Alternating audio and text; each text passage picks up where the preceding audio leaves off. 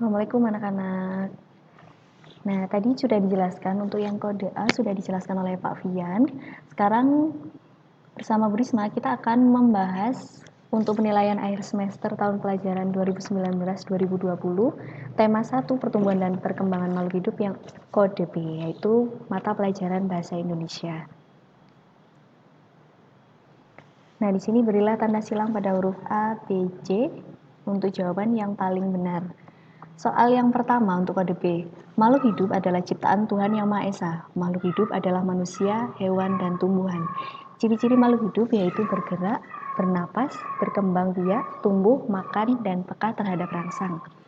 Berdasarkan teks di atas, salah satu ciri-ciri makhluk hidup yaitu, nah jadi kalian lihat dulu teks yang di atas ini, ciri-ciri makhluk hidup ada apa saja. Untuk yang pertama, yang A, berlari dan melompat. Berlari dan melompat bukan termasuk ciri-ciri makhluk hidup, jadi jelas salah. Untuk yang B, merayap dan memutar. Merayap dan memutar juga bukan salah satu ciri-ciri dari makhluk hidup. Sekarang kita lihat opsi yang C dan D. Di sini ada bergerak dan bernafas, dan makan dan minum. Semuanya ini termasuk ciri-ciri dari makhluk hidup. Tetapi kita beracu pada teks yang ada di atasnya. Yang benar yaitu bergerak dan bernafas sesuai dengan teks ya. Untuk makan dan minum, minumnya nggak ada. Jadi untuk soal pertama jawabannya adalah C. Soal yang kedua, Lani sedang bermain di taman. Tanpa sengaja, Lani menyentuh daun putri malu. Daun putri malu langsung menutup daunnya. Hal itu menandakan bahwa daun putri malu sedang...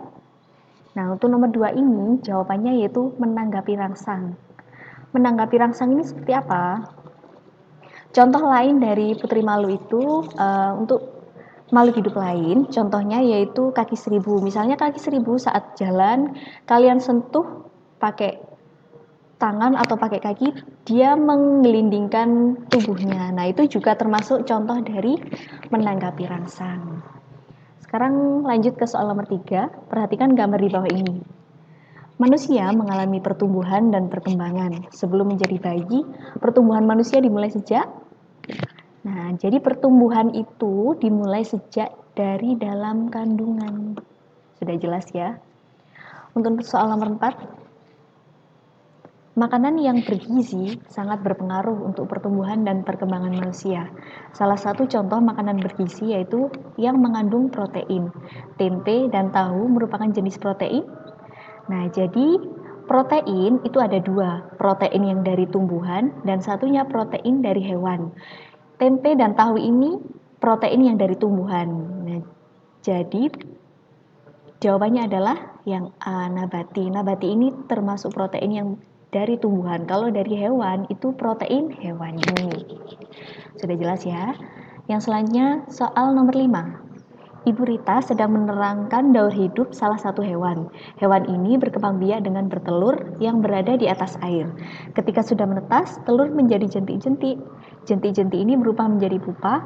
Setelah beberapa waktu, pupa berubah menjadi nyamuk. Nah, di sini sudah jelas. Berdasarkan cerita di atas, Ibu Rita sedang menjelaskan proses daur hidup hewan. Nah, di sini sudah ada kata kuncinya, yaitu daur hidup nyamuk. Jadi daur hidup nyamuk ini yang pertama, dari telur berubah menjadi jentik-jentik, setelah jentik-jentik itu berubah menjadi pupa, dan akhirnya berubah menjadi nyamuk. Sudah jelas ya? Yang selanjutnya yaitu soal nomor 6. Siswa-siswi kelas 3 sedang melakukan pengamatan perkembangbiakan tumbuhan dengan menggunakan umbi. Mereka mengelompokkan beberapa tumbuhan yang menggunakan umbi batang, umbi lapis, dan umbi akar. Tumbuhan bawang dan bunga bakung termasuk kelompok. Nah, jadi tumbuhan bawang dan bunga bakung ini termasuk kelompok dari umbi lapis. Oke. Sekarang yang A, umbi batang. Umbi batang itu contohnya ada kentang. Untuk umbi akar itu contohnya ada singkong, wortel. Itu contoh dari umbi akar. Kalau batang itu sendiri bukan termasuk umbi-umbian. Yang terakhir soal nomor 7. Indonesia memiliki 3 bunga nasional, yaitu bunga melati putih, bunga anggrek bulan, dan bunga Rafflesia arnoldi. Sebutan lain untuk bunga di Indonesia adalah titik-titik puspa. Bunga Rafflesia arnoldi disebut dengan, bunga Rafflesia arnoldi ini biasanya kalian kenal dengan sebutan bunga bangkai. Nah, itu disebut dengan puspalangka. Oke.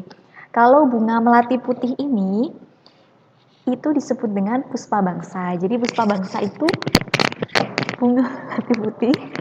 Untuk bunga anggrek bulan itu disebut dengan puspa pesona. Jadi untuk yang puspa pesona ini bunga anggrek bulan, untuk yang puspa bangsa itu yaitu bunga melati putih. Oke, sudah jelas untuk Romawi 1. Sekarang kita beralih ke Romawi 2. Isilah titik-titik di bawah ini dengan isian yang benar. Untuk soal nomor 8. Tumbuhan adalah salah satu makhluk hidup. Tumbuhan hidup dan bernafas. Tumbuhan bernafas menggunakan. Nah, jadi tumbuhan itu bernafas menggunakan stomata. Oke, soal nomor 8. Jawabannya yaitu stomata. Nah, sudah jelas ya. Jadi tumbuhan itu bernafas menggunakan stomata. Sekarang soal nomor 9. Agar tanaman dapat berbuah banyak dan tumbuh lebih cepat, maka perkembangbiakannya dapat dilakukan dengan bantuan manusia yang disebut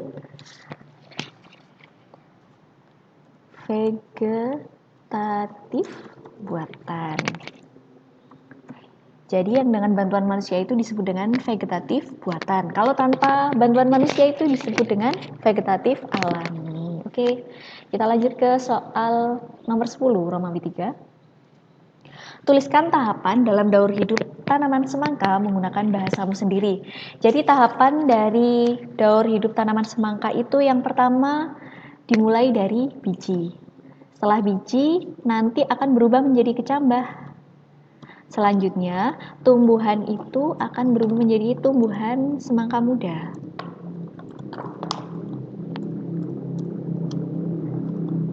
Oke, setelah semangka muda, nantinya akan berbunga, dan yang terakhir akan berbuah.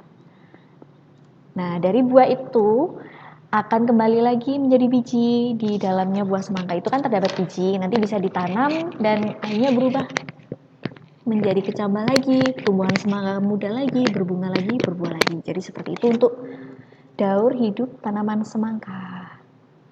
Untuk kalian yang jawabannya masih kurang benar, bisa ditambahkan catatan di sebelah jawabannya yang sudah hampir benar tadi. Jadi sekian, terima kasih. Akan dilanjut ke kode C selanjutnya. Terima kasih anak-anak.